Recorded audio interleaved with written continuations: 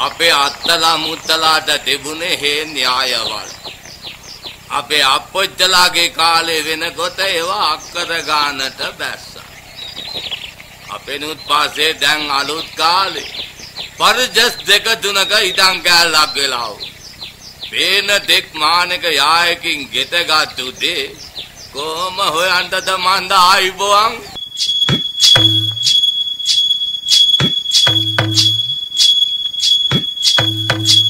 කාලයාගේ ඇවෑමෙන් උරුම වූ බිම් කැබැල්ලකට හිත්පිත් ඇතිව ලෝකය වෙනස් කළ මිනිසුන්ගේ තාක්ෂණය මුසුකොට යායක රන් කරල් නෙලා ගන්නා මග කියා දෙන අස්වැන්න.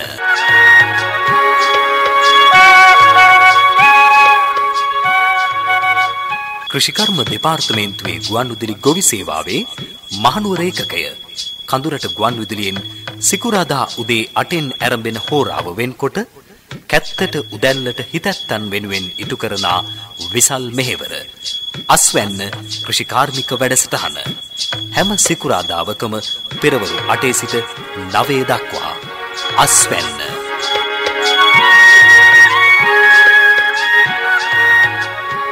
අවස්ථාවේදී දාන පළවෙනි අවස්ථාවේදී දාන ගොයම් වී වගාවන් පවා අපිට දකින්න පුළුවන්. ඒක නිසා යලකන්නේ එක් එක් අවස්ථාවන් වල වී වගාවන් දකින්න පුළුවන් කියන කාරණේ අපි මුලින්ම අවධාරණය කරන්නට ඕනේ. මේ නිසාම සමහර වෙලාවට වසංගතයක් ලෙස කිසියම් රෝගයක් හෝ කෘමිහානියක් පැතිරලා යනවා නම් එහෙම ඒවා පාලනය කිරීමට පොඩි අමාරුකමක් තියෙනවා. මොකද කෘෂිකර්ම දෙපාර්තමේන්තුව නිරන්තරයෙන්ම මේ දෙන උපදෙස් හරියට පිළිපැද්දා නම් මේ ගැටලුව ඇතිවන්නේ නැහැ. ඇත්තටම ඔව්. ඒ නිසි කාලයට ගොයම් සිටුවීම සිදු නොකරපු නිසා තමයි මේ වගේ ගැටලුකාරී තත්වයකට පත් වෙන්න සිදු වෙලා තියෙන්නේ. ඇති වෙන්නේ. ඇත්තටම මේකට සමාජාර්ථික කරුණු බොහෝ දෙයක් බලපෑවා වෙන්න පුළුවන්. සමහරවිට මේ ගොවි ජනතාව මේ තාක්ෂණය ගරු නොකොට හිටීමම ඒකත් සාමාන්‍ය සිද්ධ වෙන කාරණයක්. බොහෝ වෙලාවට කෘෂිකර්ම දෙපාර්තමේන්තුවේ අපි කෘෂි විශේෂඥයින් විශේෂයෙන්ම බතලගොඩ පරිශන ආයතනයත් එක්ක අපි වැඩසටහන් කරනකොට උන් නිතරම කියනවා මෙන්න මේ කන්නේට ඔය අපි වැඩ කටයුතු මේ කාලෙට ආරම්භ කරන්න කියන කාරණේ කියනවා. මේ කාලෙට බිත්තර වී ටික සම්පාදනය කර ගන්න ඕන කියන කාරණේ කියනවා. නමුත් එයින් පිටපැලපු අවස්ථාන් වල තාක්ෂණික වශයෙන් ගොවි ජනතාව අහිතකර ප්‍රතිචාර දක්වපු අවස්ථාවන් වල ඇත්තටම ගොවි ජනතාවම අමාරු වෙච්ච අවස්ථා තියෙනවා. හැබැයි ඊට අමතරව රට තුල පවතින සමාජ ආර්ථික කරුණුත් මෙවර යලකන්නට බලපෑවා වෙන්නට පුළුවන්. අපි දැන් අර කතා කර හිටියේ මෙවැනි විවිධ අවස්ථාවන් වල වී වගාවක් පවතිනකොට කෘමිහානි වෙනස් වෙන්න පුළුවන්. මොකද මේ ඒ කෘමියා මේ ක්ෂේත්‍රයෙන් පළවා හරිනකොට ඌට ජීවත් වීම සඳහා තවත් අවස්ථාවක් ඇති වෙලා තියෙන්නට පුළුවන්. ඉතින් මේ වගේ කරුණු සහ එවන් තත්ත්වයක් කරතේ රසායනික ද්‍රව්‍ය වල සීමාකාරී තත්ත්වයන් සහ ඒවා යෙදවුම් ලෙස ලබා ගැනීමේදී වැඩි මුදලක් වැය කිරීමට යන සිදුවෙන තත්ත්වයන් පුත් යටතේ අපි හිතුවා කාලීනව විවගාවේ අපට දකින්න ලැබෙන රෝග හා කෘමිහානි පිළිබඳව කතා කළොත් හොඳයි කියලා. මේක එක එක ප්‍රදේශවල වී ගොවිතැනේ සිටින ගොවීන්ට එක එක විදිහට වැදගත් වෙන්න පුළුවන්. ඒක නිසා තමයි අපි බතලගොඩත් එක්ක සම්බන්ධ වෙන්න තීරණය කළේ. හොඳයි අජිත් මහත්මයා. එහෙනම් අපි සූදානම් තවත් කල් වෙලා නොගෙන යන්නට බතලගොඩට. බතලගොඩ වී පර්යේෂණ හා සංවර්ධන ආයතනයේ කීට විද්‍යාංශයේ සහකාර කෘෂිකර්ම අධ්‍යක්ෂ එස්.ආර්. සරච්චන්ද්‍ර මහත්මයා සමග ව්‍යාධි විද්‍යාංශයේ සහකාර කෘෂිකර්ම අධ්‍යක්ෂිකා රුක්මාලි ගුණපාල මහත්මිය අපිත් එක්ක සම්බන්ධ වෙලා ඉන්නවා. ආයිබෝවන් සුබෝදෑසනක් ඔබ දෙදෙනාටම. හොඳයි, අපි මුලින්ම යොමු වන්නට කැමති රුක්මාලි මහත්මිය වෙතට. දැන් මේ දවස්වල විවගාවේදී දැක ගන්නට පුළුවන්කම තියෙන. එහෙමත් නැත්නම් ඉදිරියේදී බලාපොරොත්තු විය හැකි රෝග තත්ත්වයන් ගැන අපි මුලින්ම කතා කරමු. රුක්මාලි මහත්මිය. ඔව්, සුබෝදෑසනක් වේවා. සුබෝදෑසනක්. ඇත්තටම විවගාව ගත්තොත් අජිත් මහත්තයා කිව්වා වගේ මේ වෙනකොට හැම තැනකම විවිධ අවස්ථාවේ මේ ගොයන් අපිට දකින්න පුළුවන්. එතන කුරුණෑගල අපි ඉන්න ප්‍රදේශය ගත්තාම බොහෝ දුරට අස්වැන්න නෙලන මට්ටමේ ඒ වගේ ලංකා පුරා විවිධ අවස්ථාවේ තියෙන මේ ශේෂ්ඨ අපිට දකින්න පුළුවන්. එතන රෝග ගත්තොතින් ඒ අදාළ ප්‍රදේශ අනුව වෙනස් වෙන්න පුළුවන්. ඒතකොට අර පොදුවේ මෙන්න මේ රෝග හැමතැනටම එක වගේ බලපානවා කියලා අපිට කියන්න බෑ. හැබැයි ඒ තමන්ගේ ප්‍රදේශයේ තියෙන වර්ධන අවධියට අනුව විවිධ රෝග මේ අපිට දකින්න හැකියාවක් තියෙනවා. පැල ගොයම ගත්තොත් ඒ කියන්නේ මාසෙකට අඩු වගේ ගොයමක් සැලකුවොත් කොහේ හරි ප්‍රදේශයක තියෙනවා නම් ඒ ගොයන් ආශ්‍රිතව මේ කඩින් කඩ ඇත් වෙන වර්ෂාවත් එක්ක ක්‍රිසෙක් කියන ඒ කියන්නේ බැක්ටීරියානු කොළ අංගමාරේ පැලාවදියට ඇති වෙන්න පුළුවන් ක්‍රිසෙක් කියන රෝගී තත්ත්වය වාර්තා දකින්න පුළුවන් වෙයි. සති 2 6 වගේ ශේෂ්ත්‍රවල ඇතිවීමේ අවදානමක් තියෙනවා. ඊට අමතරව සමහර ප්‍රදේශ ආශ්‍රිතව ඒ කියන්නේ රාත්‍රියට සීතල තියෙන උදෑසනට මීදුම තියෙන වගේ ප්‍රදේශ ආශ්‍රිතව දිලීර රෝගයක් වන කොළ පාළුව කියන රෝගය පත්‍රවල දකින අවස්ථාව මේ පැල කාලෙදී අපිට සමහර විට දකින්න අවස්ථාවක් තියෙනවා. ඒත් ඒ වගේ පොඩි ගොයමට මේ රෝග දෙක තමයි විශේෂයෙන්ම අපිට වැදගත්කමක් තියෙන්නේ ඇති වෙන්න පුළුවන් යයි අපි විශ්වාස කරන්නේ.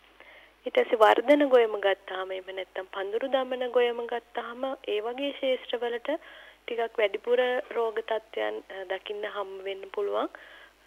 නමුත් අර වර්තමානයේ තමන් යොදන පොහොර ප්‍රමාණය මත මේක වෙනස් වෙන්න පුළුවන්. විශේෂයෙන් යූරියා අඩුවෙන් යොදන ශේෂ්ත්‍රවල ටිකක් අඩුවෙන් තමයි මේක අපිට දකින්න හම්බ වෙන්නේ. හැබැයි යූරියා වැඩිපුර දාපු ශේෂ්ත්‍රවල සමහර විට වැඩියෙන් දකින්න හම්බ වෙන්න ඉඩක් තියෙනවා. රෝග අතරින් ගත්තාම බැක්ටීරියානු කොළ අංගමාරය, ඒ කියන්නේ පරිණත අවධියේදී ඇතිවෙන බැක්ටීරියානු කොළ අංගමාරය, ඊට පස්සේ කොපු අංගමාරය, ඒ කියන්නේ ශාකයේ කඳ ආශ්‍රිතව ඇතිවෙන අපි කොපු අංගමාරය කියලා කියනවා. ඒක ඊට අමතරව කොපු හිරවීම කියන මේ වගේ රෝග කීපයක් සමහර ප්‍රදේශවලින් දකින්න පුළුවන් වෙයි මේ තියෙන තත්ත්වයන් එක්ක.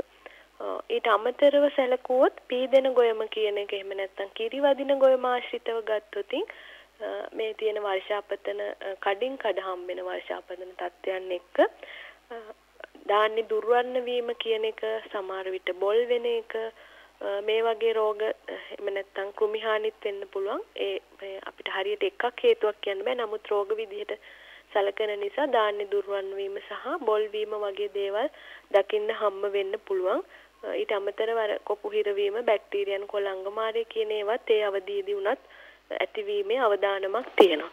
එතකොට අපි මෙතනදී සැලකිල්ලට ගන්න ඕනි තමන්ගේ ශේෂ්ත්‍රයේ තියෙන මොන වර්ධන අවධියේද ඒකට අදාළ වෙන්න පුළුවන් යයි අපි විශ්වාස කරන රෝග සම්බන්ධ වේ රෝග ලක්ෂණ තියෙනවද කියන එක තමයි අපිට සැලකලා බලන්න වෙන්නේ. හොඳයි රුක්මාලි මහත්මිය අපිට ඒ ගැන ඊටාම හොඳින් පැහැදිලි කිරීමක් කළා. අපි නැවත ඔබතුමිය සම්බන්ධ කරගන්න සූදානම්. මේ අතරවාරි අපි යමු වෙනවා අපිත් එක්ක එකතු වෙලා ඉන්න සහකාර කෘෂිකර්ම අධ්‍යක්ෂ එස්.ආර්. සරච්චන්ද්‍ර මහත්මයා වෙතට. දැන් රුක්මාලි මහත්මිය සඳහන් කළානේ විවගාවේදී අපිට මේ දවස්වල හඳුනා ගන්නට ලැබෙන රෝග තත්ත්වයන් පිළිබඳව අපි සරච්චන්ද්‍ර මහත්මයාගෙන් දැනගන්නට කැමති. කෘමි හානි පිළිබඳව කතා කරොත් මොන වගේ කෘමි උවදුරුද මේ දවස්වල අපිට විශේෂයෙන්ම හඳුනා ගන්නට අවස්ථාව තියෙන්නේ? ඔව් අපේ ආදරණීය අසන්නන් ඉතාමත්ම ගෞරවයෙන් ආදරයෙන් බතලගොඩ විපර්යේෂණ ආයතන විදිහට අපි පිළිගනු ලබනවා මේ සාකච්ඡාවට. ඒත් එක්කම සුබ උදෑසනක් ප්‍රාර්ථනා කරනවා. ඒ වගේම අපි සුපුරුදු පරිදි ඔබගේ කඳුරට සේවයේ විදිහට ඔබගේ මාධ්‍ය මෙහෙවරත් කෘතවේදීව අගය කරනවා මේ ගොවි ජනතාවට කරනු ලබන මෙහෙවර සම්බන්ධයෙන්. මොකද අපි මේ කාලය ගත්තාම ඇත්තටම අපිට ශේෂ්ත්‍රවලදී ශේෂ්ත්‍ර මට්ටමින් ගොවීන් ඍජුව හමු වෙන්න තියෙන ඉඩ කඩවල යම් ගැටලුකාරී තත්ත්වයන් තියෙනවා. මම හිතන්නේ මුලින්ම අපේ අජිත් ගුණසේකර මහත්මයා බොහොම පැහැදිලිව සඳහන් කරා වර්තමානයේ රට තුළ උද්ගත වෙලා තියෙන තත්ත්වය මොකක්ද කියන කාරණය. අපි දන්නවා ඒකත් එක්ක 2022 යලකන්නේ කියන්නේ බොහොම අභියෝගාත්මක කන්නයක් විදිහට අපි පෙර සිටම හඳුනාගෙන කෘෂිකර්ම දෙපාර්තමේන්තුව විදිහට අපේ වගකීම මැනවින් ඉටු කරමින් අපගේ මාධ්‍ය ආයතන සියලු දෙනා සම්බන්ධ කරගෙන නිරන්තරයෙන් අපි දැනුවත් කිරීමේ වැඩසටහන් සිදු කරමින් මේ කියන අභියෝගයට අපේ ගොවි මහතුරු සූදානම් කිරීම, අභියෝගයට පෙර සූදානම් වීම, මේකට ශක්තිමත් කිරීම කියන කාරණා ඔස්සේ අපි විවිධ සාකච්ඡාවන් ඔස්සේ නිරන්තරයෙන් සාකච්ඡා කරා. මම හිතන්නේ අද දවස තුලත් එවැනිම මෙහෙවරක් තමයි, එවැනි බලාපොරොත්තුවක් තමයි ඉෂ්ට කරන්න බලාපොරොත්තු වෙන්නේ. නිසා අපි හැම ගොවි මහතුරුන්ගෙන්ම මහත්මින්ගෙන් ඉල්ලා සිටිනවා අද දවසට බොහොම සක්‍රියව දායක වෙලා ඔබගේ ශේෂ්ත්‍රයේ තියෙන ගැටලු යම් පමණකට හෝ විසඳගන්න අද දවස ප්‍රයෝජනවත් විදිහට යොදා ගන්න කියන කාරණය. ඇත්තටම රුක්මාලි මෙනෙවිය සඳහන් කරා රෝග පැත්තෙන් මොන වගේ තත්ත්වයක්ද වර්තමානයේ තිබෙන්නේ කියන කාරණය.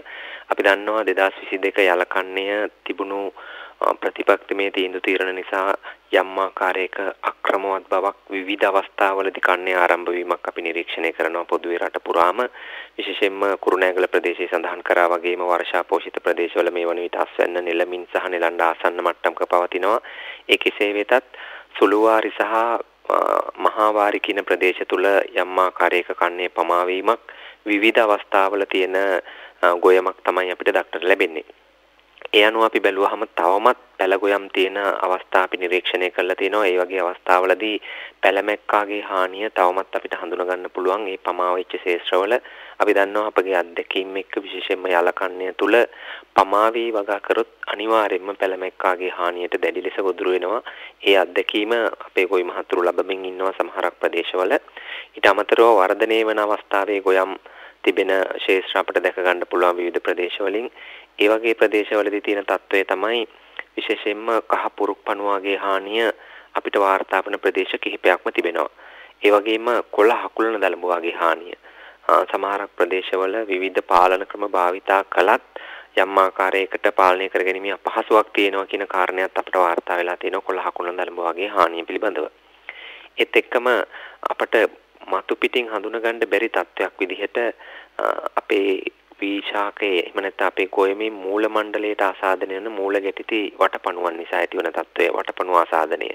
ඒකත් අපිට සමහර ප්‍රදේශවලින් මේ වෙනකොට වාර්තා වෙලා තියෙනවා. ඉතින් මෙන්න මේ ආකාරයට විවිධ වයස් මට්ටම් වල තියෙන විවිධ ශේෂ්ත්‍රවල අපිට විවිධාකාරයෙන් ගැටලු මේ ආකාරයට විවකාව තුළ ප්‍රධාන පලිබෝධකයන්ගේ හානි විදිහට අපට වාර්තා වෙනවා. එතකොට අපි මූලික වශයෙන් අපේ ගොවි මහතුරුන්ගේ ඉල්ලන ඉල්ලීම තමයි තමන්ගේ ශේෂ්ත්‍රයට ගිහිල්ලා කුඹුරට බැහැලා එළිය දුවල ඒ විකරණ ඔස්සේ ඇවිද යමින් අහඹු ලෙස පඳුරු පරීක්ෂා කරලා ජල මට්ටමේ සිට හැම ගහකම පුළුවන් තරම් උදේ හවස කාලේ පරීක්ෂා කිරීම තුළින් අපි හිතනවා මේ කියන තත්වයන් මූලිකව නිවැරදිව හඳුනා ගන්න පුළුවන් කියන කාරණේ විශේෂයෙන් මධ්‍යම පළාතේ අපේ කඳුරට සේවයට ආසන්නව ඉන්න ගොවි මහතුරුන්ගෙන් අපට වාර්තා වෙලා තියෙනවා දුඹුරු පැල කීඩේ හානියක් යම් පමණකට. ඒ නිසා මේ පිළිබඳව අපි මූලිකව හොඳ සුපරීක්ෂාකාරීව අවබෝධයෙන් ඕමනාවෙන් පරීක්ෂා කරලා අපි මූලිකව හඳුනා ගැනීම තමයි අපිට ඉතාමත්ම වැදගත් වෙන්නේ. පලිබෝධහාන විදිහට වර්තමානයේ මෙන්න මේ තත්ත්වය තමයි අපිට ගොවි ශේෂ්ත්‍ර වලින් අපිට තියෙන අත්දැකීම් සහ නිරීක්ෂණ සහ වාර්තා වන ආකාරයට අපිට සඳහන් කරන්න පුළුවන් වෙන්නේ. හොඳයි සරත් චන්ද්‍ර මහත්මයා, අපි බලාපොරොත්තු වෙනවා අපේ ගොවි ජනතාවට තියෙන ප්‍රශ්න බොහොමයක් निराකරණය කරගන්න අද දවසේ අස්වැන්න උපයෝගී කරගන්නට හැකියාව ලැබෙවි කියලා ඔබතුමා සමගින් තවත් බොහෝ දේවල් කතා කරන්නට තියෙනවා. අපි කෙටි විරාමයක් ලබා ගන්නවා ගීතයක් සඳහා. ඒ අතරවරේ අපි අසන්නට ආරාධනා කරන ඔබේ ප්‍රශ්න යොමු කරන්න පුළුවන් 081 222 88 44 දුරකථන මාර්ගයෙන්. පවතින වීවගාවේ කෘමි හා රෝග පාලනය සම්බන්ධයෙන් අද අපි සාකච්ඡා කරමින් සිටින්නේ. උදේ 8යි විනාඩි 22යි දැන් වෙලාව. උදැසනටයි විනාඩි 25යි ඔබ එකතු වෙලා ඉන්නේ අස්වැන්න සමගින්. අද අපි කතා කරමින් ඉන්නේ අස්වැන්නෙන් පවතින වීවගාවේ කෘමි හා රෝග පාලනය සම්බන්ධයෙන්. විශේෂයෙන්ම මේ කාලවකවන් උතුර හඳුනා ගන්නට ලැබෙන කෘමි තත්ත්වයන් ඒත් එකම රෝග කොහොමද පාලනය කරන්නේ කියන කාරණේ පිළිබඳව ඔබ දැනුම්පත් කරන්නට අද අපිත් එක්ක එකතු වෙලා ඉන්නේ බතලගොඩ විපර්යේෂණ සංවර්ධන ආයතනයේ කීට විද්‍යාංශයේ සහකාර කෘෂිකර්ම අධ්‍යක්ෂ එස්.ආර්. සරත් චන්ද්‍ර මහත්මයා සමග එහි ව්‍යාධි විද්‍යාංශයේ සහකාර කෘෂිකර්ම අධ්‍යක්ෂ රුක්මාලි ගුණපාල මහත්මිය. හොඳයි, අපි නැවතත් යමු වෙනවා රුක්මාලි මහත්මිය වෙතට. අපි කැමති ඔබතුමීගෙන් දැනගන්නට. දැන් ඔබතුමී කලින් කිව්වනේ රෝග තත්ත්වයන් කීපයක් පිළිබඳව. මේ රෝග තත්ත්වයන් අපි කොහොමද හඳුනාගන්නේ? කිසියම් අවස්ථාවක ගොයමට මේ රෝග තත්ත්වයන් ආක්‍රමණය වෙලා තියෙනවා නම් නැත්නම් එවැනි අවදානමක් තියෙනවා නම් අපි කොහොමද බාහිර ලක්ෂණ වලින් හඳුනාගන්නේ? ඇත්තටම දැන් අපිට සරච්චන්ද්‍ර මහත්තයා කිව්වා වගේ අපි නිරන්තරයෙන්ම සුපරීක්ෂාකාරීව ඉන්න ඕනි අපේ ශාස්ත්‍රය සම්බන්ධව. එතකොට පැලගොයම ගත්තොත් එහෙම මං රෝග අවස්ථා දෙකක් ගැන කතා කරා. බැක්ටීරියානු රෝගයක් වන ක්‍රෙසෙක් සහ දිලීර රෝගයක් වන කොළපාළුව ගැන. එතකොට ක්‍රෙසෙක් කියන තත්ත්වය තමයි අපිට වැඩිම නැඹුරුවක් තියෙන ඒ කාලෙදී එන්න පුළුවන් කියලා. මේක බොහොම පහසුවෙන් අඳුර ගන්න පුළුවන්. ගොඩක් වෙලාවට අපිට දකින්න හම්බ වෙන්නේ වතුර එකතු වෙන ශේෂ්ත්‍රාශ්‍රිතව. එහෙම නැත්නම් අර අපි කියනවා මේ වතුර ගලාගෙන යන්නේ නැතුව වතුර රැඳෙන ශේෂ්ත්‍ර වගල් කුඹුරු වගේ ඒ ආශ්‍රිතව තමයි දකින්න හම්බ වෙන්නේ. බොහෝ විට තනින් තන පැල්ලම් විදිහට, ඒ කියන්නේ ශේෂ්ත්‍රයේ තනින් තන තමයි මේක දකින්න හම්බ වෙන්නේ. මුලදිම පැල කහ පාට වෙලා, තැඹිලි පාට වෙලා මැරිලා යෑමක් තමයි අපිට නිරීක්ෂණය කරන්න පුළුවන් වෙන්නේ. සමහර ශේෂ්ත්‍රවල මේක ගලවලා බලපුවාම අපිට දුර්ගන්ධයක් සමහර අවස්ථාවල දකින්න හම්බ වෙනවා. අර අපි කියනවා කැරට් ගෝවා කුණුනාම වගේ එන ගඳ මේකෙත් නිරීක්ෂණ මේ අපිට දැනෙනවා ගලවලා බලපුවාම. මෙතනදී වැදගත්ම කාරණයක් තියෙනවා. කෘමි හානියක් එක්ක මේක පොඩ්ඩක් වෙලාට පැටලෙනවා. පැල ගොයමේ වුණත් පුරුක්පණු හානියයි බැක්ටීරියානු කොළංගමාරය අපිට වෙන් කරගන්න පුළුවන් වෙන්න ඕනේ. පුරුක්පණු හානියේදී නම් කඳේ සිදුරු තියෙනවා. ඒ කියන්නේ සතා සිදුරු කරලා ඇතුළු වෙලා එතනින් හානි වෙච්ච මේ කොටස් දකින්න පුළුවන්. ඊට අමතරව මල අපද්‍රව්‍ය වගේ දේවල් උනත් සමහර අවස්ථාවල දකින්න පුළුවන්. නමුත් බැක්ටීරියානු කොළංගමාරේ එහෙම කඳේ සිදුරු අපිට දකින්න හම්බ වෙන්නේ නැහැ. කඳ පාමුලෙන් කුණු වෙලා ගොබය කුණු වෙලා ගැලවිලා එමක් තමයි බොහෝ දුරට දකින්න හම්බ වෙන්නේ. මං ඉස්සෙල්ලා කෝගේ කහ පාට වෙලා පිදුරු පාට වෙලා මැරිලා යනවා. ඒක අර පැච් එකක් විදියට තනින් තන තමයි බොහෝ විට දකින්න හම්බ වෙන්නේ. එතකොට ඒ බැක්ටීරියානු කොළංගමාරේ ක්‍රිසෙක් කියන එක මම ආයෙත් කතා කරා දිලීර රෝගයක් වන කොළපාළුව කියන එක. මේක ගොඩක් වෙලාට දකින්න හම්බ වෙන්නේ පත්‍ර ආශ්‍රිතව. ඒතර පත්‍රවල මුලදී අපි කියන අල්පෙනිති තුඩක් වගේ සියුම් දුඹුරු පාට ලප තමයි තියෙන්නේ. ඊට පස්සේ ටික ටික ලොකු වෙනකොට ඒක ඇහැක හැඩයක් එහෙම නැත්නම් කිරිබත් කැටයක හැඩයක් ගන්නවා.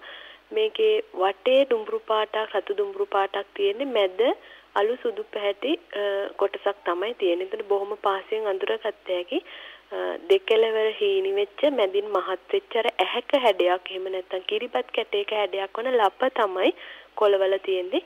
ඒකෙන් තමයි අපිට ඒක කොළපාළුව රෝගය හඳුනගන්න පුළුවන් වෙන්නේ. ඊට පස්සේ වර්ධන ගොයම ගැන කතා කරපුවාම මම එතනදි රෝග කිහිපයක් සම්බන්ධව ඉස්සෙල්ලා ඉදිරිපත් කරා. පළවෙනි එක තමයි බැක්ටීරියානු කොළංගමාරය. මම කලින් කතා කරේ ඒකේ ක්‍රිසෙක් අවදිය. නමුත් මේක පරිණත ගොයමට ඇති වෙන අවස්ථාවේදී ඉහළ පත්‍රවල ඉහළ කෙළවර ඉඳලා පහළට තීරු විදිහට තමයි කොළ කහවීම සිද්ධ වෙන්නේ. මේ තීරු වල ධාරය අපි ගොඩක් කලාවට අක්‍රමවත් හැඩති ධාරයක් තමයි දකින්න හම්බ වෙන්නේ. ඒ කියන්නේ කෙලින් ඉරක් විදිහට නෙමෙයි නිකන් රැලි රැලි තියෙන එහෙම නැත්නම් තරංගාකාර ධාරයක් කියලා අපි කියනවා. ඒ හොඳට පහසෙන් වෙන් කරගන්න පුළුවන් කොළ මැද ටික කොළ පහට වටේ කහ පාට හෝ මැද නාරටි ආශ්‍රිතව කහ පාට වටේ ටික කොළ පාට. ඒ කියන්නේ ඒ කොයි විදිහට තිබ්බත් අර ධාරේ තරංගාකාර එහෙම නැත්නම් අක්‍රමවත් හැඩති විදිහට තමයි මේ රෝගයේදී දකින්න හම්බ වෙන්නේ. විශේෂයෙන්ම ඉහළ පත්‍රවල ඉඳලා තමයි ගොඩක් වෙලාට පටන් ගන්න. ඒකට හේතුව තමයි මේ බැක්ටීරියාවන් ඇතුළු වෙන්නේ ශාක පත්‍රවල තියෙන අර පූ ටික එහෙම නැත්නම් තුවාල එහෙම නැත්නම් ඒකේ තියෙන වෙනත් ජල ද්විද හරහා. ඒකට ඒ වගේන් ඇතුළු වෙලා පහළට ගමන් කරන හින්දා තමයි අර තීරු විදිහට රෝග ලක්ෂණ පෙන්වන්නේ. නමුත් දිලීර වල එහෙම එකක් නැහැ. ඒකේ ගොඩක් වෙලාට යාට දිලීර බීජාණු වලට හැකියාවක් තියෙනවා පත්‍ර සිදුරු කරලා ඇතුළු වෙන්න. ඒක නිසා තනින් තන ලප විදිහට තමයි ගොඩක් වෙලාට දිලීර රෝගවල ලක්ෂණ පෙන්වන්නේ. ඊළඟට මම දෙවැනි රෝගයේ විදිහට හඳුනගෙන ඉදිරිපත් කරේ කොපුවංගමාරය කියන එක. මේක දිලීර රෝගයක්. මේක ගොඩක් වෙලාවට අපිට තෙත් කලාපය ආශ්‍රිතව දකින්න හම්බ වුණත් වර්තමානයේ හැම කලාපයකම වගේ දකින්න හම්බ වෙනවා. ලොකුවට අස්වනු හානි වෙනවා කියලා නොසැලකුවත් අපි රෝගය නොසලකා හැරියොත් අස්වැන්නක් හානි වෙන මට්ටමට යන්න පුළුවන්. ප්‍රධානම රෝග ලක්ෂණ දකින්න හම්බ වෙන්නේ කඳ ආශ්‍රිතව. වතුර මට්ටමට ලං වෙලා තියෙන ශාක කඳේ පොළොන් හමක් වගේ එහෙම නැත්නම් අපි කියන අක්‍රමවත් හැඩති අලු පාටට හුරු සුදු පැහැති ලප තමයි දකින්න හම්බ වෙන්නේ. ගොඩක් වෙලාට ගොවි මහතුරු කියන්නේ පොළොන් හමක් කියලා. ඒතර මේක කඳ දිගේ මුලදී කඳෙන් පටන් අරගත්තත් කඳ දිගේ ඉහළට ගිහිල්ලා පත්‍ර දක්වා කරල් දක්වා වුණත් යන්න පුළුවන්. එයාට හිතකර තත්ත්වයන් ඒ කියන්නේ වතුර හොඳට තියෙන වැස්ස සහිත තත්ත්වවලදී පැල ගහනේ ළඟ තත්ත්වවල ගොඩක් තියෙන තැන්වලදී මෙයා හොඳටම වර්ධනය වෙලා සමහර අවස්ථාවල මේගොල්ලොන්ගේ දිවීර බීජාණු ගොනු දකින්න පුළුවන්. මේ ඒවා සුදු පහට බෝල විදිහට එහෙම නැත්නම් ක්‍රීම් පාට අලු පාට බෝල විදිහට පත්‍රාශ්‍රිතව මේවා දකින්න හම්බ වෙනවා. ඒක අර මං කියපු හිතකර තත්ත්වයන් තිබුණොත් තමයි ගොඩක් වෙලාවට දකින්න හම්බ වෙන්නේ. ඒ වගේ දේවල් වලිනුත් අඳුර ගැනීම කරන්න පුළුවන්. ඉන්න අවසන් කාලේදී එහෙම නැත්නම් පීගෙන ගොම කිරිවදින ගොයම ආශ්‍රිතව තියෙන රෝග ගත්තාම බැක්ටීරියානු කොළංගමාරය අර මං ඉස්සෙල්ලා කිව්වා වගේ ඒ රෝග ලක්ෂණමයි තියෙන්නේ. පත්‍රවල ඉරි තමයි දකින්න හම්බ වෙන්නේ. කොපු හිරවීම කියන එක ගත්තොත් මේක අපේ කරල එළියට එන්න දෙන්නේ නැතුව හිර කරලා තියාගෙන තියලා තියෙන්නේ. කළු පාට ලප තමයි දකින්න හම්බ වෙන්නේ කොපු ආශ්‍රිතව. එතකොට කරලා හරියට එළියට යන්නේ නැහැ. සහ ඒකේ ඇතිවන අපේ බීජ කළු බීජ තමයි දකින්න හම්බ වෙන්නේ. මේක කොපුවංග මාරයට වැඩිය වෙනස්. කොපුවංග මාරේ ගොඩක් වෙලාට කඳේ යට ආශ්‍රිතව කියන්නේ පාදස්ත්‍ය ආශ්‍රිතව තමයි දකින්න හම්බ වෙන්නේ. හැබැයි කොපු හිරවීම කරල ආශ්‍රිතව කරලේ කොපු ආශ්‍රිතව තමයි දකින්න හම්බ වෙන්නේ. ඊට පස්සේ දාන්නේ දුර්වර්ණ වීම මේකත් හේතු කීපයක් නිසා ඇති වෙන්න පුළුවන්. නම් රෝගකාරකයන් නිසාත් ඇති වෙන්න පුළුවන්. ඒ කෙසේ වෙතත් මෙතනදී දකින්න හම්බ වෙන්නේ කළු පාට ඇට, දුඹුරු පාට ඇට වගේ දේවල්. ඒ එක්කම අපිට බොල්වීම දකින්න හම්බ වෙනවා. සමහර වෙලාවට හරියට පරාගණය සිදුුනේ නැත්නම් මේ සමහර බීජ කළු ඇටත් එක්කම බොල් ඇට විදිහටත් දකින්න හම්බෙන්න පුළුවන්. මේ හේතු දෙක මේ රෝග දෙක කියන්නේ දාන්නේ දුර්වර්ණ වීම සහ බොල්වීම විවිධ හේතු හින්දා ඇති වෙන්න පුළුවන්. එකක් කියලා නැහැ. ඒ කියන්නේ රෝගකාරකයන්, කෘමිහානි, පරිසරයේ තියෙන සමාලට වැස්ස වැඩි වුණත් ඇති වෙන්න පුළුවන්. ඊට පස්සේ උෂ්ණත්වය අඩු වැඩි වීම මත හේතු වෙනවා. ඒක නිසා ඒක හරියටම නිශ්චිතව මේකයි කියලා හේතුවක් කියන්න බෑ. අපිට ඒ වගේ දෙයකට නම් ශාස්ත්‍ර පරීක්ෂාවක් කරන්නම වෙනවා හරියට හේතු හොයාගන්න. ඔය කාරණා ටික තමයි මං හිතන්නේ මට කියන්න තියෙන ඒ රෝග හඳුනා ගැනීම සම්බන්ධව. ඔව් මේ සඳහා ඊටාම් වැදගත් වෙන ඔබ ගොයම හරි හැටි නිරීක්ෂණය කිරීම කල්ැතුව ගොයම නිරීක්ෂණය කරනවා නම් කිසියම් රෝග තත්ත්වයක් එන්නට පුළුවන්ද නැත්නම් මේ තියෙන රෝග තත්ත්වයක්ද සාමාන්‍ය තත්ත්වයක්ද කියන කාරණේ පවා පැහැදිලිව හඳුනා ගන්නට අවස්ථාව ලැබෙනවා. හොඳයි අපි නැවතත් සරච්චන්ද්‍ර මහත්මයාගෙන් අහන්න කැමතියි. දැන් අපේ රුක්මාලි මහත්මිය සඳහන් කළානේ කොහොමද රෝග තත්ත්වයන් බාහිරව හඳුනා ගන්න කියලා. එතකොට කෘමි හානි ඇති වෙලා තියෙනවා නම් කොහොමද අපි හඳුනාගන්නේ මේක රෝග තත්ත්වයක්ද නැත්නම් මේක රෝග තත්ත්වයක් නෙවෙයි කෘමි හානියක් කියලා අපි කොහොමද පැහැදිලි කරගන්නේ සරච්චන්ද්‍ර මහත්මයා? ඔව් ඇත්තටම ඉතාමත්ම හොඳ ප්‍රශ්නයක්. මොකද අපි මූලිකව ඒ අදාළ ප්‍රශ්නය ඉතාමත්ම නිවැරදිව වෙන් කරලා හඳුනාගත්තොත් තමයි අපිට ඒක සාර්ථකව පාලනය කර ගැනීමට හැකියාව ලැබෙන්නේ. එතකොට විශේෂයෙන්ම අපි මුලින් සඳහන් කරා මේ කණ්ණය තුල මේ පවතින තත්ත්වයන් එක්ක මොන වගේ පලිබෝධ කෘමි පලිබෝධ හානිද අපට වාර්තා වෙන්නේ කියන කාරණය අපි එකින් එක බලමු. දැන් අපි කොහොමද ඒක බොහොම පරීක්ෂා කරලා අපි කොහොමද ඒක වෙන් කරගන්නේ කියන කාරණය. මුලින්ම අපි පැලමැක්කාගේ හානිය විශේෂයෙන්ම පැල අවස්ථාවේ තවමත් යම් ප්‍රදේශයක පවතිනවා නම් පැල ගොයම තුල අපිට දකින්න පුළුවන් තත්ත්වය තමයි පැලමැක්කාගේ හානිය. මෙය ඊටාත්ම පහසුවෙන් අපට හඳුනා ගන්න පුළුවන් ගොයම් පැලේ ගොයම් කොළ දික් අතට රෝල් වීම. දික් අතට රෝල් වෙලා කහ දුඹුරු පැහැයක් නැත්තම් සුදු පාටට වගේ කහ දුඹුරු පැහැයක් අපිට දුර තියලා දිස් වෙනවා ඒ පැලමැක්කගේ හානිය ඇති වුනහම.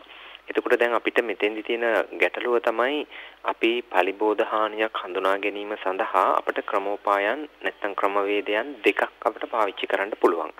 එකක් තමයි ඒ පලිබෝධකයාගේ විවිධ අවස්ථා ජීවන චක්‍රය තුළ. ඒ කියන්නේ සුහුඹුල් සතුන් වෙන්න පුළුවන්, නැත්නම් කීට අවධියක් වෙන්න පුළුවන්, ශිශු අවධියක් වෙන්න පුළුවන්, බිත්තර වෙන්න පුළුවන්, කෝෂගත වෙච්ච අවස්ථාවක් වෙන්න පුළුවන්. මෙන්න මේ මොන යම් හෝ අවස්ථාවක් අපේ කුඹුර තුල එහෙම නැත්නම් අපේ ගොයන් ගහ තුල තිබෙනවා නම් අපිට ඒ තුලින් හඳුනා ගන්න පුළුවන් මෙන්න මේ පලිබෝධකයාගේ හානිය අපිට දැන් වාර්තා වෙනවා. අපේ කුඹුරේ පලිබෝධකයෝ ඉන්නවා කියන කාරණය.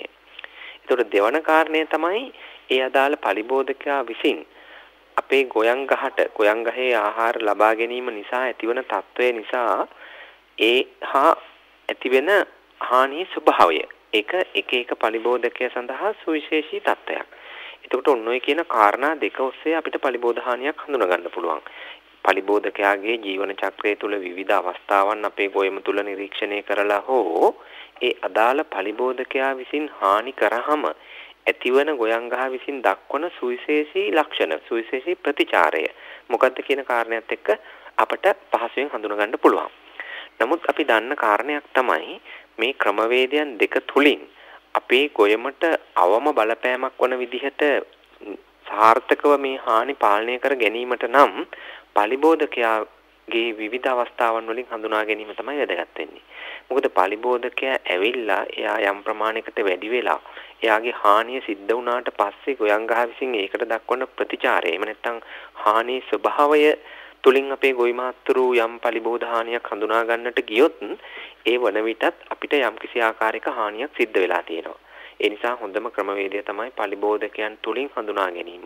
ඒ නිසා තමයි අපි පුන අපේ ගොවි මාත්‍රුන්ගෙන් ඉල්ලන්නේ නිතරම උදෑසන සහ සවස් කාලයේ සන්ධ්‍යා කාලයේ ශේෂ්ත්‍රයට ගිහිල්ලා ගොයම තුල බලලා ලියද්දට බැහැලා හොඳින් පරීක්ෂා කරන්න. අතංගුවක් පාවිච්චි කරලා ජල මට්ටම දක්වා කඳේ පාදස්තේ ඉන්නවද කියලා විශේෂයෙන්ම දුඹුරු පෙළ කීඩෑවන් ඒ වගේම උදෑසන අතංගුවට අපිට පහසුවෙන් හඳුනා ගන්න පුළුවන් කොළ හකුලන දලබුවගේ සලබයන්, ඒ වගේම පුරුක්පණු සලබයන්, ඒ වගේම ගොයම් මකුණන් අපිට බොහොම පහසුවෙන් හඳුනා ගන්න පුළුවන්.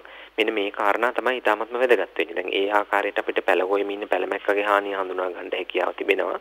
ඊට පස්සේ අපි වර්ධනය වෙන ගොයමට ගියොත් කොළ හකුලන දලබුවගේ හානිය අපිට ඉතාමත්ම පහසුවෙන් හඳුනා ගන්න පුළුවන්. පියවිය ඇසට බොහොම පහසුවෙන් පෙනෙන කාරණයක්. කොළ හකුලන දලබුවගේ කීට අවස්ථාව තමයි හානි කරන්නේ. ඒ කීටයා පණුව කොළ පැහැයට හුරු පණුවෙක් ඉන්නේ. පණුව විසින් කොළයේ සුදු පාට කොටස් ඉතිරිවන ආකාරයට කොළ පාට කොටස් කාදැමීම සිද්ධ කරනවා. ඒ වගේම කොළ කිහිපයක් එකතු කරලා එකට බැඳ තබන තත්ත්වකුත් අපිට හඳුනා ගන්න පුළුවන් කොළයේ හකුලලා තියෙන තත්ත්වයක්. එතකොට කොළ හකුලන දලබුවගේ හානියත් මේ ආකාරයට අපිට පහසුවෙන් හඳුනා ගන්න පුළුවන්. ඊළඟට අපි සඳහන් කර කාරණයක් තමයි කහ පුරුක්පණුවගේ හානිය. දැන් කහ පුරුක්පණුවගේ හානියට යම් ආකාරයක අපහසුාවක් තිබෙනවා. මම විශේෂයෙන් රුක්මාලි මෙනියත් කලින් සඳහන් කරා. මොකද පුරුක්පණු කීටයා කඳ අභ්‍යන්තරයට ගිහිල්ලා කඳේ අභ්‍යන්තර කොටස් කාදැමීම තමයි සිද්ධ කරන්නේ. එතකොට අපිට හානියේ ස්වභාවයේ විදිහට වර්ධනය වන ගොයමට හානි කරොත් කුබය මෙරී යාමක් සිද්ධ වෙනවා. අර කඳේ පහළ කොටස් වලින් අභ්‍යන්තර කොටස් කාදැමීම නිසා ආහාර ජලයේ පරිවහණය වීම අඩාල වෙලා ගොබේ මෙරිලා යනවා. ඒ තත්වයට අපි කියනවා මල හදවත කියලා. ගොයම් පැලේ හදවත වගේ තමයි ගොබය කියන එක ඉදිරියට ගහ හැදීගෙන යන්නේ. ඒකත් එක්ක ඒක මෙරිලා යාම මල හදවත කියන තත්ත්වයේ විදිහට අපි හඳුනා ගන්නවා. එතකොට ඒ තත්ත්වය අපිට තහවුරු කරගන්න ඒ ගොබේ පොඩ්ඩක් ඇදලා බැලුවම පහසුවෙන් ගැලවිලා එනවා. ඒ කියන්නේ පහළ කොටස් කාලා දාලා තියෙන නිසා. ඒත් එක්කම අපි වර්ධනය වෙන ගොයමින් පස්සේ ප්‍රජනක අවධියටපත් වුණාම දින 45න් පස්සේ විශේෂයෙන්ම ඒ අවස්ථාවේදී කහ පුරුක්පණුවගේ හානිය ඇති වුණොත් ඒකෙදි වෙන්න කාරණය තමයි අර ගහ ඇතුලෙන් එහෙම නැත්නම් බණ්ඩිය ඇතුලෙන් හැදෙන කරලට අවශ්‍ය ආහාර ජලය නොමැති නිසා කරල හොඳ කරලක් සරු කරලක් බවට පත් වෙන්නේ නැහැ. ඒක පීදුනාට පස්සේ බොල් කරලක් විදිහට සුදු පහයට හැරිච්ච දාන්නේ තමයි තිබෙන්නේ. ඒ කිසිම ඇටයක්වත් පිරෙන්නේ නැහැ. ඒක අපි හඳුන්වනවා සුදු කරල් පීදීම කියලා. එතකොට මෙන්න මේ හානියේ ස්වභාවය තුළින් සුදු කරල් පීදීම සහ මල හදවත කියන තත්ත්වෙන් හඳුනා ගන්න පුළුවන්. කොළ හකුලන දලබුවගේ කාලා සුදු පැහැයට කොටස් ඉතිරි වෙලා කොළ වල හකුලලා තියෙනවා නම් හඳුනා ගන්න පුළුවන් හානියේ ස්වභාවයෙන්. නමුත් මේ කාරණා දෙකම සාර්ථක පාලනයකට සුදුසු වෙන්නේ නැහැ. ඒ නිසා අපි හඳුනා ගන්න ඕන උදෑසන ගිහිල්ලා අතංගුව පාවිච්චි කරලා උදෑසන කුඹුරේ තැන්වල් කිහිපකින් 10 වරක් ඒ අතංගුව ක්‍රියාත්මක කරලා ඒකට අහුවෙච්ච සත්තු ගණන් කරන්න ඕන. එතකොට මේකේ කහ පුරුක්පණු සලබය වැඩි වශයෙන් ඉන්නවනම් කොළ හකුලන දලබුවන්ගේ සලබය වැඩි වශයෙන් ඉන්නවනම් අපිට තීරණය කරන්න පුළුවන් ඉදිරි සති දෙක තුල පවතින කාලගුණ තත්ත්වය සහ ගොයමේ වයස අනුව මේ පලිබෝධකයන් දෙදෙනාගෙන් කොතරම් හානියක් අපිට වෙන්න පුළුවන්ද කියන කාරණය. අන්න එහෙම තීරණය කරලා රසායනික නොවන ක්‍රමවේදයන් සහ විශාල වශයෙන් හානිකර තත්ත්වයකට එනවා කියලා අපිට නිගමනය කරන්න පුළුවන් නම් අපි මේ නිවැරදි රසායනික භාවිතයන් වලට යා යුතු වෙනවා. ඒ වඩාත් සුදුසු ක්‍රමවේදයන් ඔස්සේ. ඒත් එක්කම අපි තව සඳහන් කර කාරණයක් තමයි මූලගැතිති වටපණුවන්ගේ හානිය.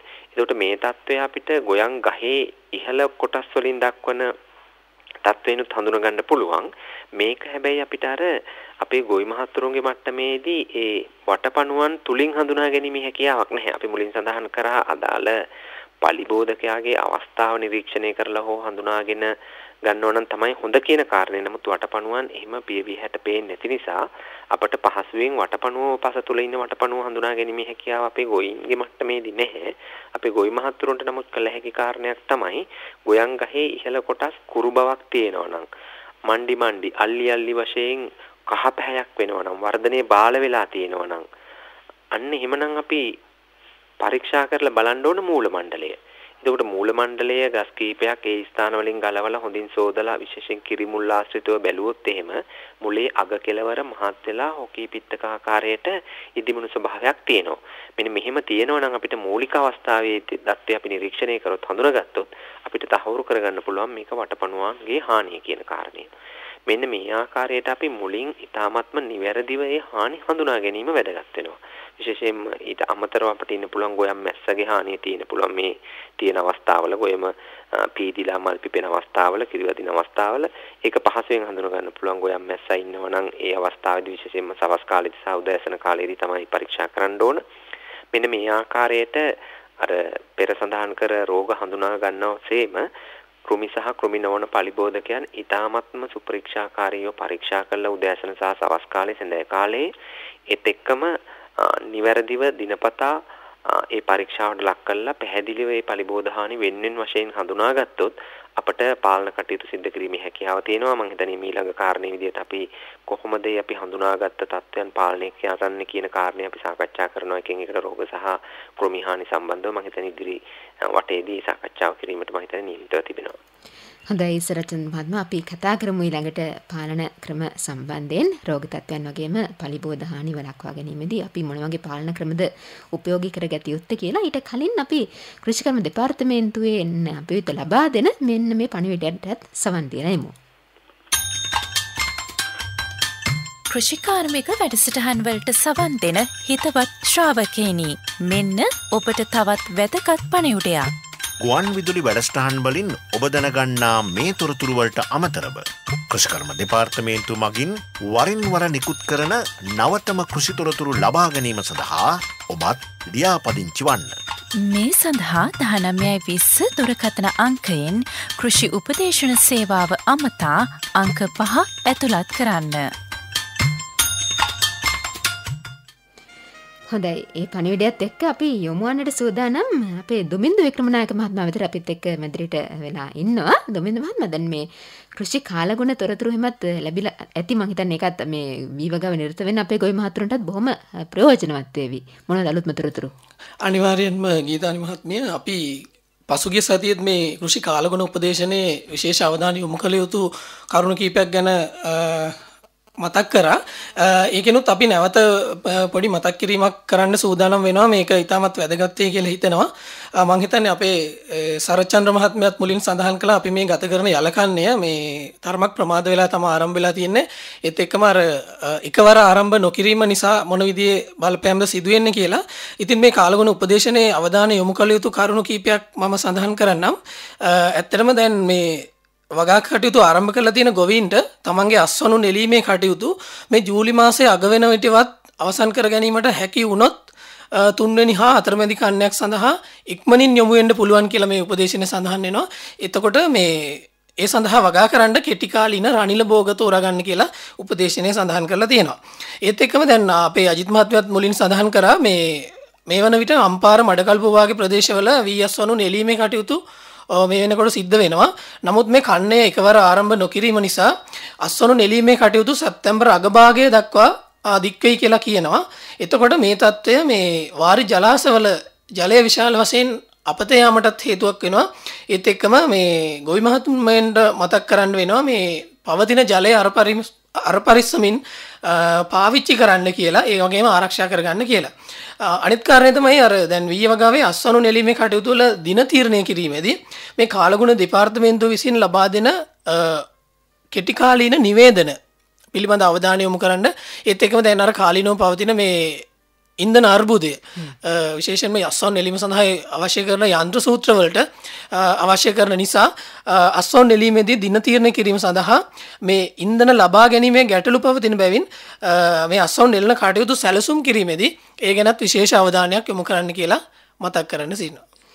හොඳයි, එහෙමනම් ඒ පණිවිඩයත් එක්ක අපි නැවතත් යමු වතලගොඩට. වතලගොඩ වී පර්යේෂණ සංවර්ධන ආයතනයේ කීට විද්‍යා අංශයේ සහකාර කෘෂිකර්ම අධ්‍යක්ෂ එස්.ආර්. සරච්චන්ද්‍ර මහත්මයා සමග එහි ව්‍යාධි විද්‍යාංශයේ සහකාර කෘෂිකර්ම අධ්‍යක්ෂ රුක්මාලි ගුණපාල මහත්මිය අද අපිත් එක්ක එකතු වෙලා ඉන්නේ. අපි දැන් කතා කරමු රුක්මාලි මහත්මිය මේ රෝග පාලනය කිරීම සම්බන්ධයෙන්. රෝග පාලනයේදී අපිට අනුගමනය කළ හැකි පියවර කොහොමද ඔබතුමිය කියන එක අපිට පැහැදිලි කරලා දෙන්නේ?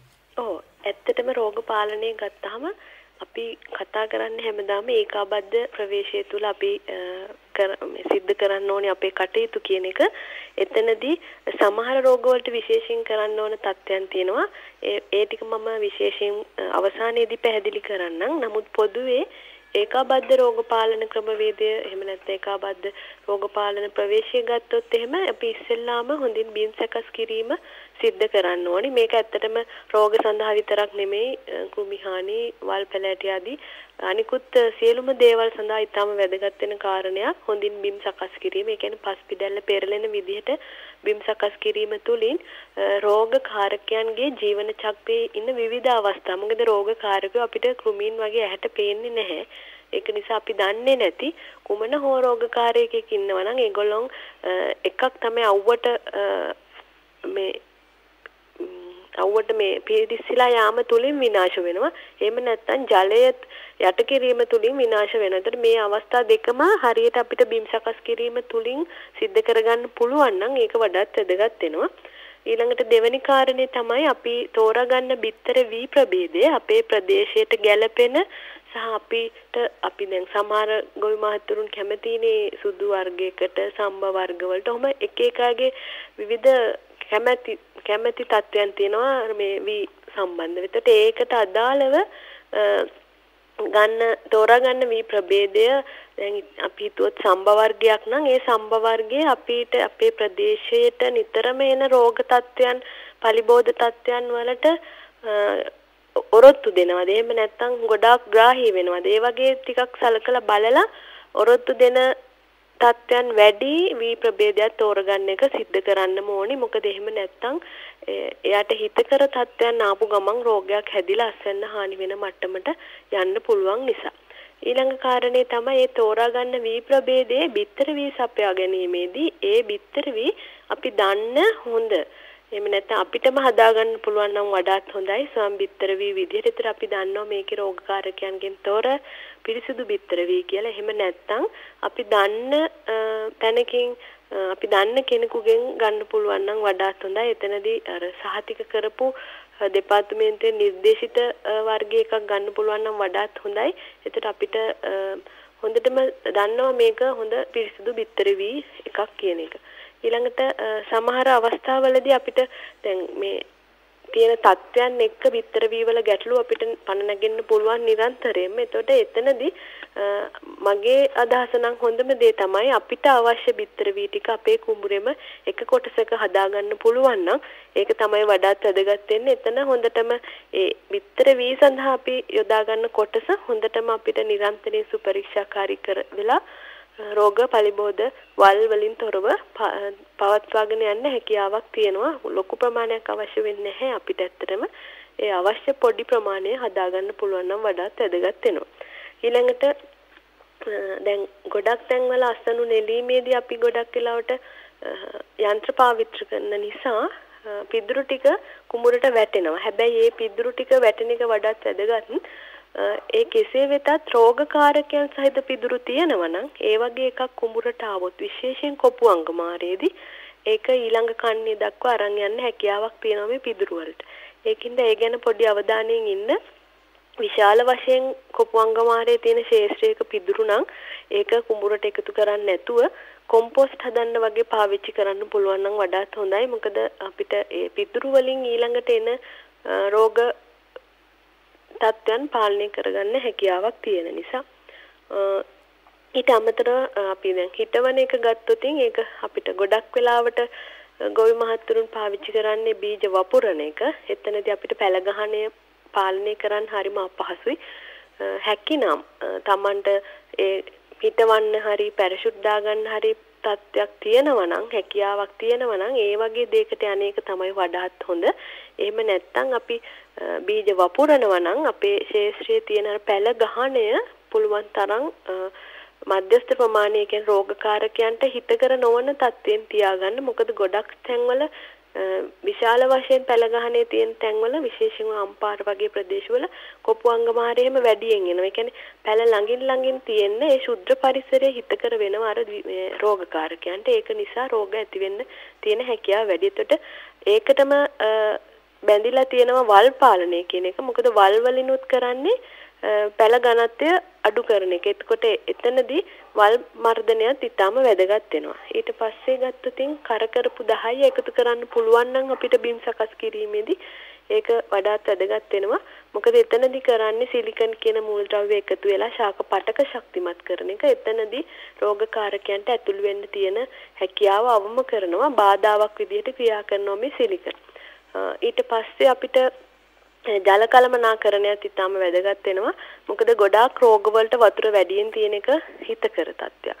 එතකොට ඒ වගේ වෙලාවට වතුර ඉවත් කරගන්න එහෙම නැත්නම් ප්‍රමාණවත් පරිදි වතුර තියාගන්න එක වඩාත් වැදගත් වෙනවා. එතකොට අවසාන වශයෙන් තමයි මේ එකකින්වත් අපිට පාලනය කරගන්න අපහසු නම් පමණක් දිලීර නාශක වලට යන්න කියන්නේ. එතකොට හැම එකටම දිලීර නාශක නිර්දේශය නැහැ. ඒක නිසා පුළුවන් තරම් අපි අර එන්න තියෙන තත්ත්වයන් මගහරවගෙන රෝග වලින් තොර ශේෂ්ත්‍රය පවත්වා ගැනීම තමයි වඩාත්ම වැදගත් වෙන්නේ. එතකොට මම කව විශේෂයෙන් සමහර රෝග සඳහා මේ තත්ත්වයන් තියෙනවා කියලා. මම ක්‍රිසෙක් සම්බන්ධ වේව නැත්නම් බැක්ටීරියානු කොළංගමාරය ගැන කතා කරොත් එතනදී අපිට දැක්ක ගමන් වතුර කපලා ශේෂ්ත්‍රය වියලා ගැනීමක් කරන්න ඕනේ. එතන වියලා ගන්නවා කියන්නේ මේ වතුර නැති වෙලා හරි ඉදිතරණකම් වියලීම නෙමෙයි. යම් කිසි ප්‍රමාණයකට වතුර බැඳලා තියෙන එක අවම කරන්න. ඊට පස්සේ හැකිනම් රතු කුඩු එහෙම නැත්නම් MOP ප්‍රමාණයක් අපි ළඟ තියෙන ප්‍රමාණයක් ඊළඟට දාන්න තියෙන ප්‍රමාණය එකතු කරන්න යූරියා දාන්නේ නැතුව එතකොට පැතිරීම වළක්ව ගන්න පුළුවන්. මේ බැක්ටීරියාන් රෝග සඳහා ඒක තමයි හොඳම දේ. මොකද වතුර කපලා වේලා ගන්න ඒත් අඩු වෙන්නේ නැත්නම් අර අමතරව රතු කුඩු ප්‍රමාණයක් යොදා ගන්න එක. ඊට පස්සේ කොපුවංගමාරය කියන එක ගත්තොත් පිදුරු ටික දාන්න එපා. ඊට පස්සේ වතුර ටික කපලා එතනදිත් වතුර අඩු කර ගැනීම තුලින් අපිට මේක පාලනය කරගන්න පුළුවන්. ඒ ටික තමයි විශේෂයෙන්ම කතා කරන්න තියෙන රෝග පාලනය ගත්තාම අනිත් බොහෝ කරුණු අපි පලිබෝධ වල් පාලනයත් එක්ක වගේ හැම එකදීම සිදුවෙන එකම කරුණු ටික අපිට රෝග පාලනය සඳහා යොදා ගන්න පුළුවන්. ඔව්. හොඳයි. දැන් වෙලාව උදේ 8යි විනාඩි 53යි. තව ටික වෙලාවක් අපිට ඉතුරු වෙලා තියෙන සරචන්ද්‍ර මහත්මයා අපි කාලයත් කළමනාකරණය කරගෙනම කතා කරමු. අපි ඉක්මනින්ම එහෙනම් අවධානය යොමු කරමු දැන් කෘමි පාලනයට අපිට අනුගමනය කළ හැකි ක්‍රමවේද මොනවද කියන කාරණේ සම්බන්ධයෙන්. ඔව් ඇත්තටම රෝග සහ කෘමීන් පාලනය කිරීමේදී බොහොමයක් කාරණා අපිට පොදුවේ අනුගමනය කරන්න පුළුවන්. රුක්මාලි මෙනෙවිය දැනටමත් ඒ පිළිබඳව සඳහන් කරා. ඇත්තටම කෘෂිකර්ම දෙපාර්තමේන්තුව විදිහට අපි හැමදාකම අපේ ප්‍රතිපත්තිමය ආකාරය වෙන්නේ ඒකාබද්ධ පලිබෝධ පාලන ක්‍රමවේදයන් තුලින් අපේ රෝග සහ පලිබෝධ හානි අවම කරගෙන ඒවා වළක්වාගෙන ඉදිරියට යෑම තමයි. මේ අනුව අපි සුවිශේෂී වශයෙන් ඒ පලිබෝධකයාට විවිධ වූ පාලන ක්‍රම රැසක් තිබෙනවා. ඊට අමතරව පොදුවේ අපි කරන ලබන ඒකාබද්ධ පලිබෝධ පාලන ක්‍රමවේදයන් තුල අපට සඳහන් කරන්න පුළුවන් ප්‍රතිරෝධී ප්‍රභේද භාවිතය විශේෂයෙන්ම දුඹුරු පැල කීඩෑවන්ට සහ ගොක් මැස්සට ප්‍රතිරෝධී ප්‍රභේද භාවිතය අපට සිදු කරන්න පුළුවන්. ඒ වගේම බීජ ප්‍රතිකාර කිරීම, මැනවින් බින්සකස් කිරීම, යහපත් කෘෂිකාර්මික වත් පිළිවෙත් සියල්ල ඒ ක්‍රමවේදයන් තුළට ඇතුළත් කර ගැනීම, ජල පාලනය, ඒ වගේම පොහොර භාවිතය පාලනය කිරීම, පෝෂක කළමනාකරණය කියන කාරණය, වල් පැලෑටි පාලනය, ඔය කියන කාරණා ඔක්කොම අපි පොදුවේ කරගෙන යෑම තුළින් අපි හැම වෙලාවෙම උත්සාහ කළ යුතුයි ඒ පලිබෝධහානිය ඇතිවීම වළක්වා ගන්න තමයි අපි උපරිම උත්සාහ කළ යුත්තේ. ඒක තමයි කළ යුතු හොඳම ක්‍රමවේදය. නමුත් අපි පලිබෝධහානියක් වගා කරගෙන යන විට අපට ඇති වෙන්න පුළුවන් මොකද සබාධමේ තියෙන තත්වයන්, කාලගුණ දේශගුණ රටාව, ඒ වගේම වගා ක්‍රමයන් මේ කියන කාරණා ඔක්කොම එකතුව තමයි මෙවැනි තත්වයන් ඇති වෙනවද නැද්ද කියන එක තීරණය වෙන්නේ. ඒ අනුව යම් ආකාරයකින් පලිබෝධහානියක් ඇති වුණොත් අපිට ඒක පාලනය කිරීම අනිවාර්යයෙන්ම කළ යුතු වෙනවා. මොකද අපි අපේ දෙපාර්තමේන්තු ක්‍රමවේදය තුල තියෙන ප්‍රධාන කාරණා තමයි ගොවියගේ අස්වනු ආරක්ෂා කරගනිමින් ගොවියගේ ආදායම් තහවුරු කර ගැනීම, ඒ වගේම රටේ ආහාර සුරක්ෂිතතාවය ඇති කරමින් පාරිභෝගිකයාට නිරෝගී සම්පන්න ආහාර වේලකට අවස්ථාව ලබා දීම, ඒ වගේම අපි මේ වගා කරනු ලබන පරිසරය තිරසාරව පවත්වාගෙන යාම. එතකොට අපි ඔන්න ඔය කියන කාරණා වලට අනුකූලව තමයි අපේ හැම පාලන ක්‍රමයක්ම අපි නිර්දේශ කරලා තියෙන්නේ. විශේෂයෙන් පැලමැක්ක පාලනය කර ගැනීම සඳහා අපි හොඳම ක්‍රමවේදය තමයි බීජ ප්‍රතිකාරකය කිරීම. නමුත් පවතින වගාවකදී තත්ත්වය આવොත් අපි උත්සාහ කළ යුතුයි ඒකට වඩාත්ම හිතකර නිර්දේශිත පරිසරයට අවම බලපෑමක් වන කෘමිනාශකයකට යන්න වෙනවා. වැඩි වශයෙන් හානිකර තත්ත්වයක් තිබෙනවා නම් ඒත් එක්කම අපි සඳහන් කර පුරුක් පණුවගේ හානිය මූලිකව අපි ඒ සඳහා විකාරශක දේවල් අපිට භාවිතා කරන්න පුළුවන්. අතංගු භාවිතා කරලා අලල විනාශ කරන්න පුළුවන්. ආලෝක උගුල් අටවන්න පුළුවන්. මේ කියන කාරණා යම් ප්‍රමාණයකට අපිට කළ හැකි වුණත් වාණිජ්‍ය වගාවක් තුල පරිසරයේ තත්ත්වයන් එක්ක වැඩි වශයෙන් වාර්තා වුණොත් අපිට ඒ සඳහා විකාරශක කාබනික කෘමිනාශක යම් ප්‍රමාණයකට භාවිතා කිරීමේ ඉඩකඩ පිළිබඳව අපි දැනට හොයා බලලා තියෙනවා.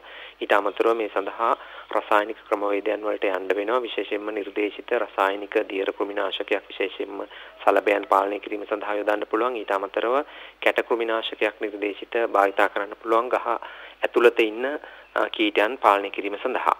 ඒත් එක්කම අපි සඳහන් කරා ඊට පස්සේ කොළ හකුලන දලඹ වගේ තත්ත්වය මේක අපිට පහසුවෙන් පාලනය කරන්න පුළුවන් විශේෂයෙන්ම සේවන සහිත අවස්ථා ඉවත් කිරීම මනා පැල ගහනයක් පවත්වාගෙන යාම ඒ කියන්නේ අර පැල සිටුවීම කියන කාරණා මූලිකව කරන්න ඕන කාරණයක්.